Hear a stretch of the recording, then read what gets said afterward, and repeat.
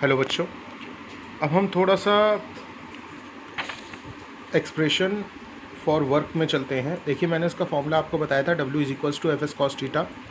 आपको यही कन्फ्यूजन होगी, सर ये कॉस थीटा क्यों आया? क्योंकि जनरली आप पढ़ते आ रहे हो W is equals to F S.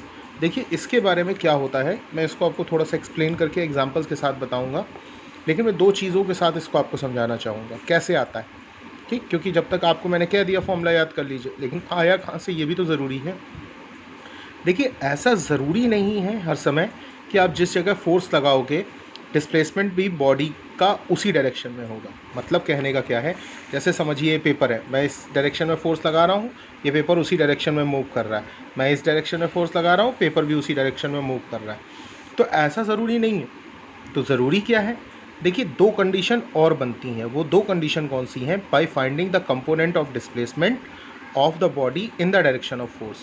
पहली कंडीशन तो बहुत सिंपल है कि डिस्प्लेसमेंट भी वही हो जिस डायरेक्शन में फोर्स लगे, और दूसरी डायरेक्शन जो कि ये आपके लिए जानने के लिए इंपॉर्टेंट है, by finding the component of force in the direction of displacement. मैंने क्या बोला पहली कंडीशन में? By finding the component of displacement. आपको निकालना है डिस्प्लेसमेंट का कंपोनेंट। कंपोनेंट का मतलब वो नंबर, क्या डिस्प्लेसमेंट लगी किसी बॉडी में in the direction of force. आपने फोर्स लगाया, उस फोर्स लगाने के थ्रू जो डिस्प्लेसमेंट का कंपोनेंट है उसमें उसको फाइंड करना, और दूसरी डायरेक्शन में आपको कंपोनेंट ऑफ फोर्स निकालना। किस डायरेक्शन में? डिस्प्लेसमेंट की डायरेक्शन में। बहुत सिंपल है।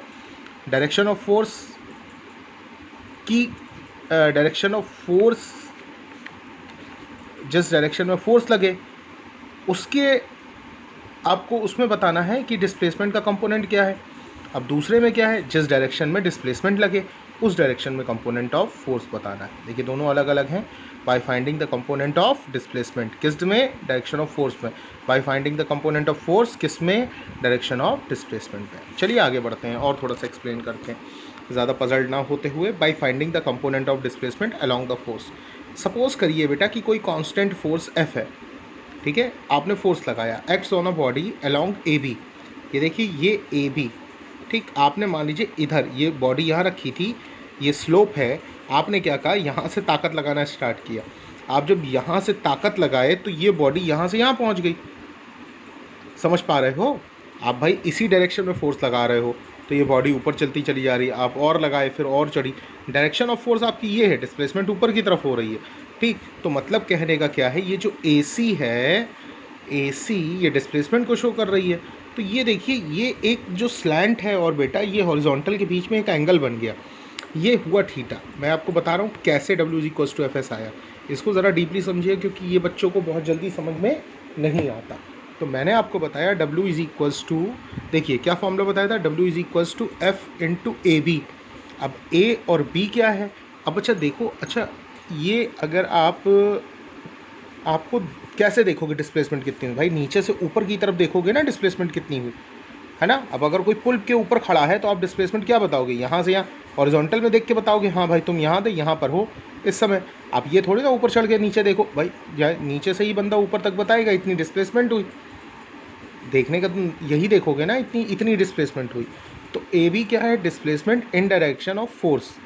देखो, फोर्स इस साइड लग रही थी, फोर्स इस साइड लग रही थी, तो डिस्प्लेसमेंट आपने किस साइड देखा? इसी तरह देखा है। यहाँ पर ज़रूर पहुँच गया, आपकी बात बिल्कुल सही है, यहाँ पहुँच गया, लेकिन हम देख किस डायरेक्शन में रहे हैं? फोर्स की डायरेक्शन में।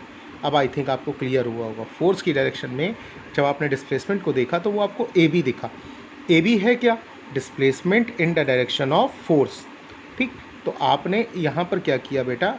आपको देखिए, यहाँ पर आपने ये ट्रायंगल ले लिया ABC, कॉस थीटा लगाया। क्यों? क्योंकि आपको बेस और हाइपोटेन्यूज से मतलब था। जब परपेंडिकुलर और हाइपोटेन्यूज से मतलब होता है तो साइन लेते हैं। तो cos theta is equals to AB upon AC, ठीक। तो AB इज इक्वल्स टू क्या आ गया? AC क्या था? डिस्प्लेसमेंट, डायरेक्शन नहीं, डिस्प्लेसमेंट। तो AB इज इक्वल्स टू क्या आ गया? S cos theta. वो उठा के हमने AB की जगह पर रख दिया और हमको मिल गया W is equals to FS cos theta. बेटा ये एक पूरा पार्ट है, आप इसको समझिए, क्योंकि ये आपको 11th में फिर मिलेगा। अगर आपको अभी नहीं क्लियर हुआ तो बहुत मतलब आपको प्रॉब्लम मिलेगी। देखिए, बहुत सिंपल सा बताया मैंने, फोर्स की डायरेक्शन में डिस्प्लेसमेंट को देखना, ठीक। ये ज़रूर डिस्प्लेसमेंट है, लेकिन फोर्स की डायरेक्शन में देखो तो आपको क्या दिखेगा? AB। तो उसको निकाला कैसे, ये निकाला, अब वो वैल्यू को उठा के यहाँ रख दिया, आंसर आ गया। ओके।